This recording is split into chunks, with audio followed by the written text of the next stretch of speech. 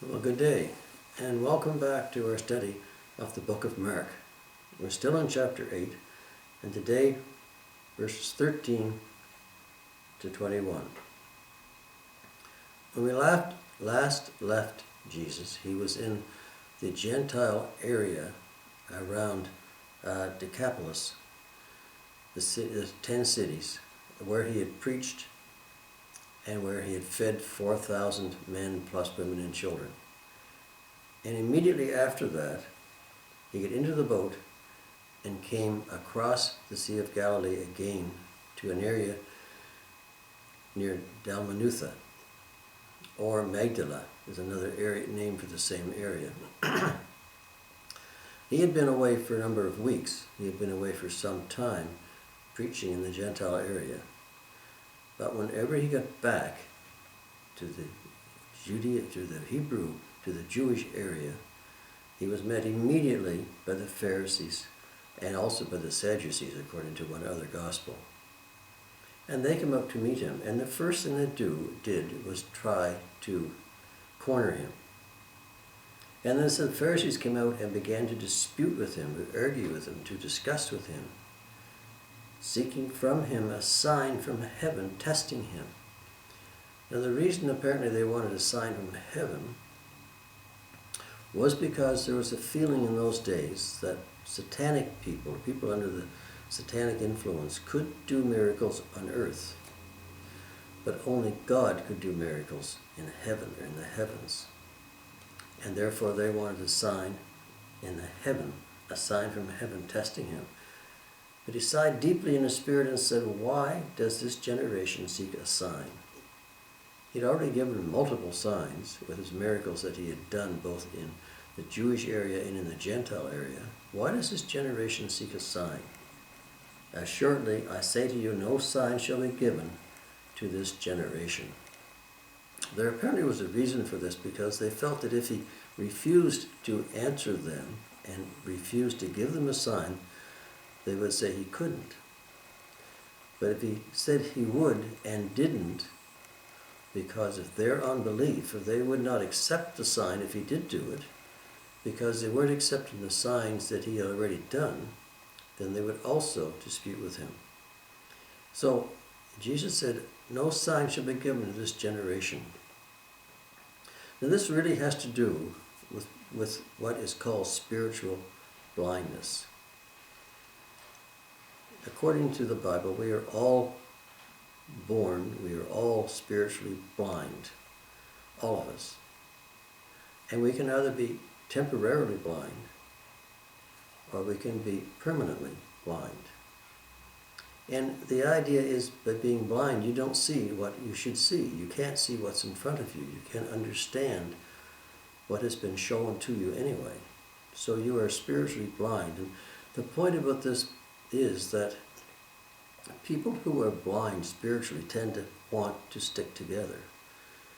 This is why the Sadducees and the Pharisees, who were at odds with each other in almost everything, but yet stuck together when they went after Christ.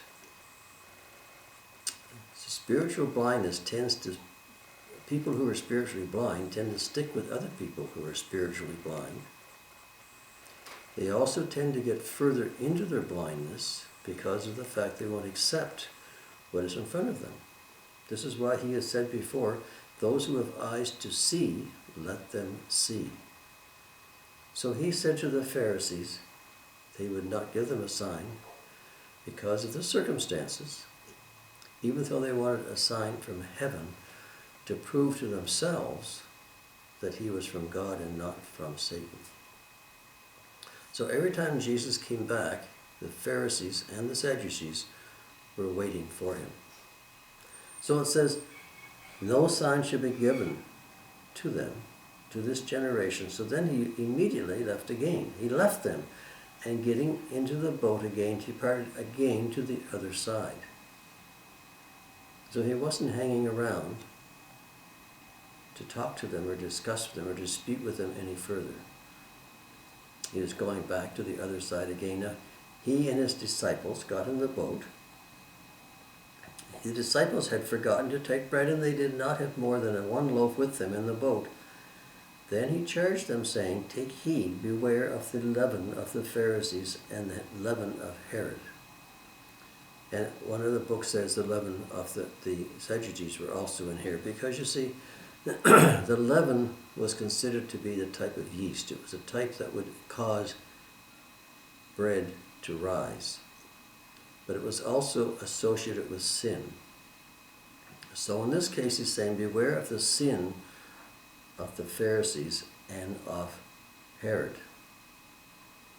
Now the Pharisees were very legalistic type people. They wanted to obey the law. They wanted people to be very adherent to the law, to ritual, to organization.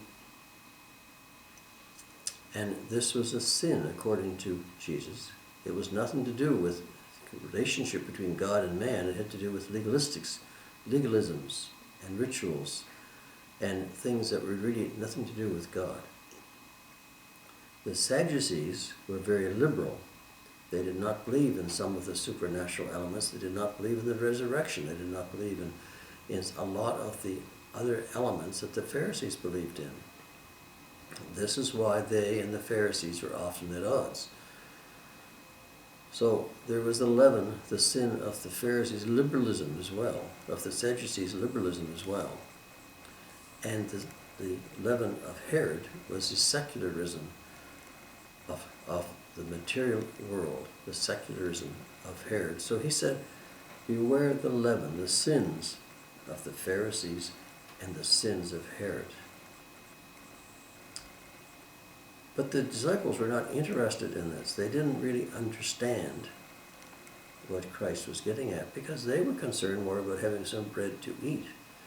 And they said, they reasoned on themselves, saying, it is because we have no bread. They thought that Christ was talking about food. It is because we have no bread. And Jesus said, why do you reason because you have no bread? Do you not yet perceive, you have no understanding? Is your heart still hardened? Having eyes, do you not see? And having ears, do you not hear? Do you not remember? When I broke the 5 loaves for the 5,000, how many baskets full of fragments did you take up? And they said 12. And when I broke the loaves for the 4,000, how many large baskets full of fragments did you take up? 7. And he said, how is it that you do not understand?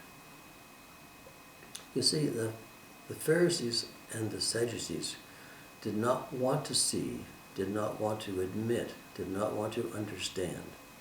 Even though they had seen the miracles, they had heard of the miracles, they had heard of what Christ had done, both in the Jewish area and more recently in the Gentile area, they had heard of this. But they did not want to accept it. They wanted Christ to give them a sign from the heavens. They were not willing to accept what he'd already done. They had eyes to see, but did not see. This is why they said they were spiritually blind. And it appears to be that the disciples were also spiritually blind, because they didn't understand, even though they had been with Christ, even though they had seen the miracles of him feeding 5,000 men plus women and children in one area, 4,000 men plus women and children in another, they still didn't get it. Do you not understand? Can you not see? If this can be done, if these miracles can be done for 4,000 and 5,000 people, why are you worried about bread? You don't get it. You don't get they still didn't understand really who Christ was. And this is what they said, if you have eyes to see, look. The same thing applies to us today. Even though we can see the miracles of creation, the miracles of the present world, the miracles that Christ does for each of us every day, we still don't get it. We still don't understand it. We still don't understand what Christ can do and what Christ has done. Christ is referred to the light. People have been in darkness. And this is what I say, they're blinded. They're in the darkness of blindness. They're in the darkness of spiritual blindness. Christ has the light that has come into the world to dispel that darkness. It says in John 1:45-6, in him is life, and his life was the light of man. In Romans 1:18 it says, light shines in the darkness, but the darkness did not comprehend, and darkness did not comprehend it. That's the point. People do not understand the Gospels and do not understand Christ. The world is dark.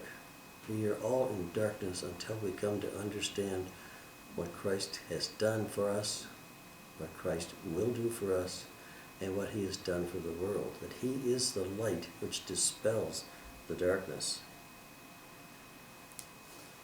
The problem is, as it says in John 3:19-20, light has come into the world, but man loved the darkness more than the light. And people who like the darkness will bind together, even if they are enemies among themselves, they will bind together against the light. And we can see this all over the world happening today, where people in the darkness bind together against the light of Christ and of God. As it says in Psalm 82:5, they don't know, nor do they understand.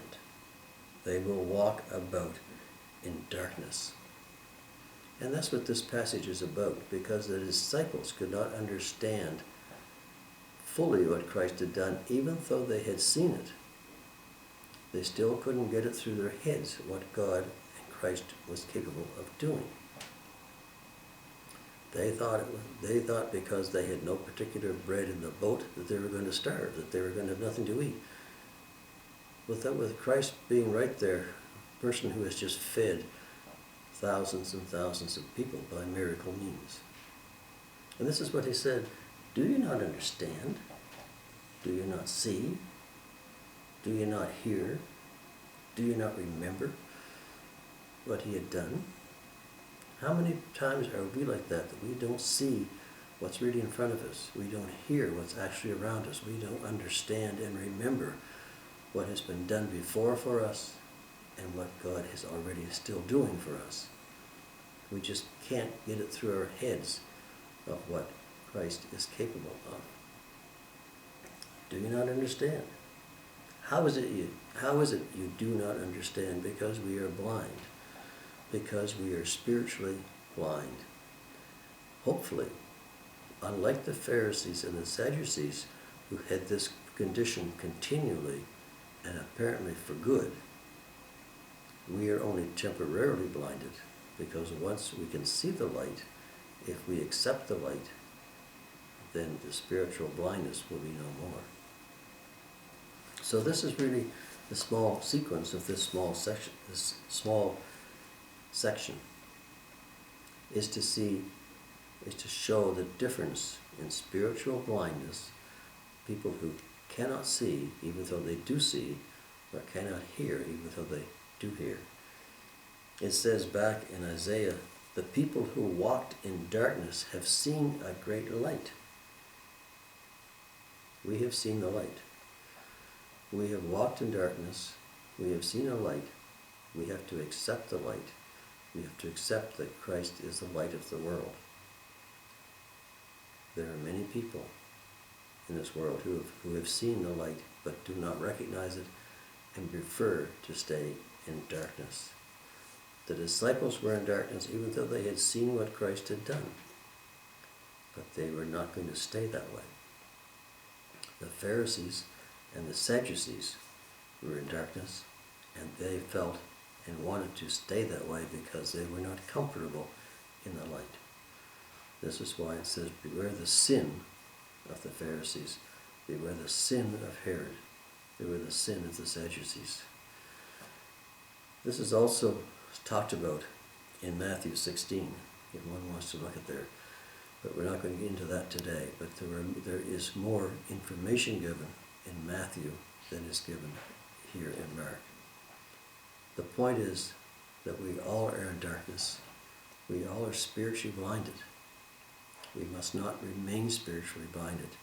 We have seen what Christ can do. We have seen what God has done. We have seen the world around us. It says in Romans 1 that man is without excuse because the visible attributes indicate his invisible abilities. Man is without excuse. Those who have eyes to see, let them see.